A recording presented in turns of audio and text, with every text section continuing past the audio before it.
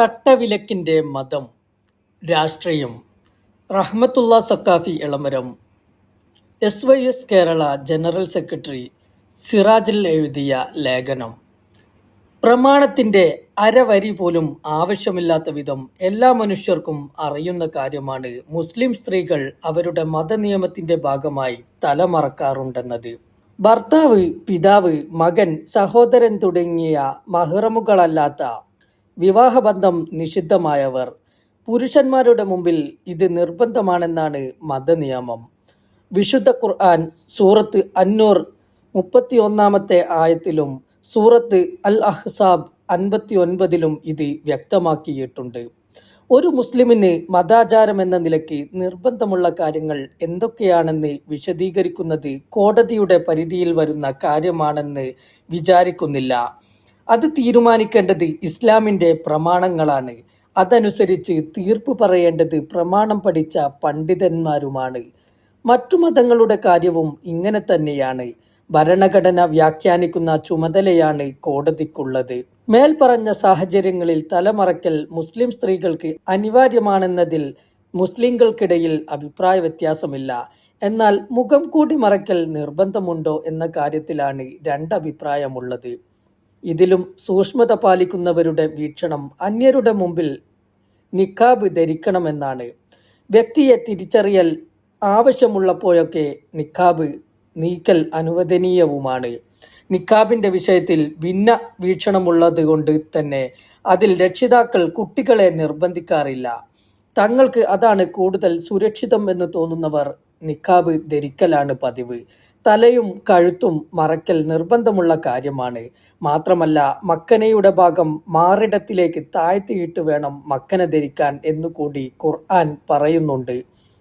ഇത്രയും പറഞ്ഞത് യേശുവിൻ്റെ മണവാട്ടികൾക്ക് ശിരോവസ്ത്രം നിർബന്ധമായതുപോലെ തന്നെ മുസ്ലിം സ്ത്രീകൾക്കും നിർബന്ധമുള്ള കാര്യമാണ് എന്ന് സൂചിപ്പിക്കാൻ വേണ്ടിയാണ്.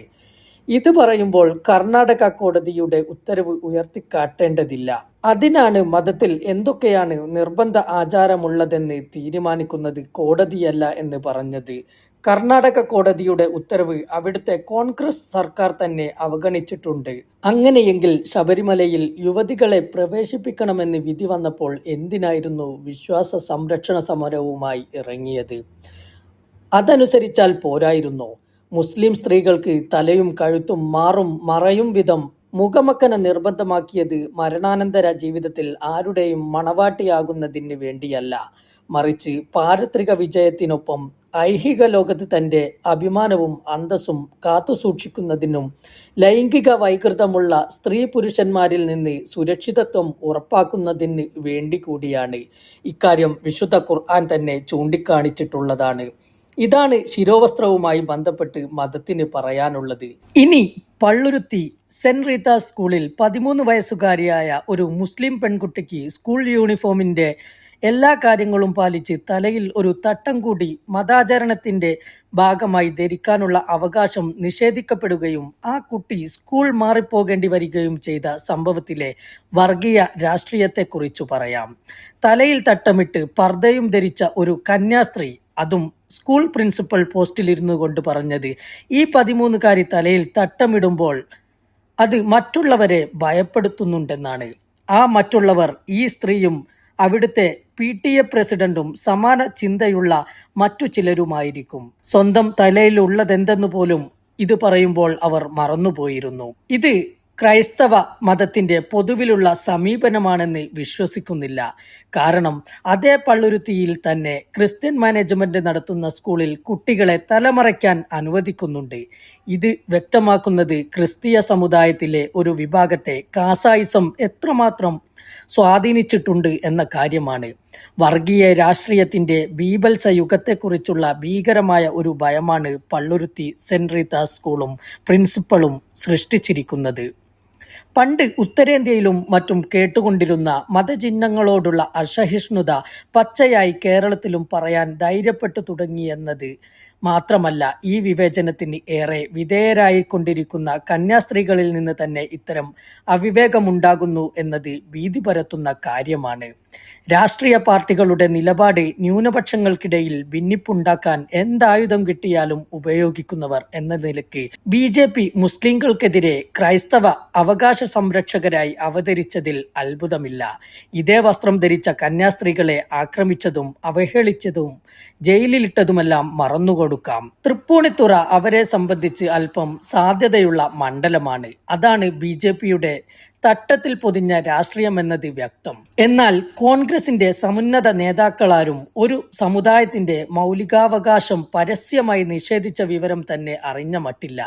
ഹൈബി ഈഡൻ MP കുട്ടിയുടെ രക്ഷിതാവിനെ ഭീഷണിപ്പെടുത്തി തട്ടമിടാതെ തന്നെ സ്കൂളിൽ അയക്കാൻ നിർബന്ധിച്ചു. കാസക്കാരായ സ്കൂൾ അധികാരികളെ അവരുടെ നിലപാടിൽ നിന്ന് പിന്തിരിപ്പിക്കാൻ മുതിർന്നാൽ അത് മുതലെടുത്ത് BJP കൂടുതൽ വോട്ട് തട്ടുമോ എന്ന രാഷ്ട്രീയ ബോധം MP പ്രകടിപ്പിച്ചു. ഒരു 13കാരി നേരിട്ട അവകാശ ലംഘനത്തിനെതിരെ ശബ്ദിക്കാൻ ഒറ്റ കോൺഗ്രസുകാരനുമുണ്ടായില്ല. കർണാടകയിലെ കോൺഗ്രസ് സർക്കാർ കാണിച്ച ആർജവമെങ്കിലും മുസ്ലിം ലീഗ് ഉൾക്കൊള്ളുന്ന മുന്നണിയെ നയിക്കുന്ന കേരളത്തിലെ കോൺഗ്രസ് നേതാക്കൾ പ്രകടിപ്പിക്കേണ്ടിയിരുന്നു. വർഗീയത പടരാതിരിക്കാനുള്ള ശ്രദ്ധയും കരുതലും മുസ്ലിം സമുദായത്തിന്റെ മാത്രം ബാധ്യതയാണെന്ന പൊതുബോധമാണോ ഹൈബി ഈഡൻ MPയെയും മറ്റും നയിക്കുന്നത്? സമുദായത്തിന്റെ അവകാശങ്ങൾക്ക് വേണ്ടി കണ്ണിൽ എണ്ണ ഒഴിച്ച് കാത്തിരിക്കുന്ന മുസ്ലിം ലീഗ് 3 ദിവസം മൗനവ്രതം ആചരിച്ചു. ഒടുവിൽ ശിവൻകുട്ടി വിദ്യാഭ്യാസ മന്ത്രിയായിരിക്കെ ഒരു മുസ്ലിം വിദ്യാർത്ഥിനിക്ക് പഠനം ഉപേക്ഷിക്കേണ്ടി വന്നു എന്ന രീതിയിൽ പ്രസ്താവനയുമായി കുഞ്ഞാലിക്കുട്ടി തന്നെ രംഗത്തെത്തി. ഇതിലും അവകാശ രാഷ്ട്രീയത്തിന് പകരം വോട്ട് രാഷ്ട്രീയമാണ് നിഴലിച്ചു നിൽക്കുന്നത്.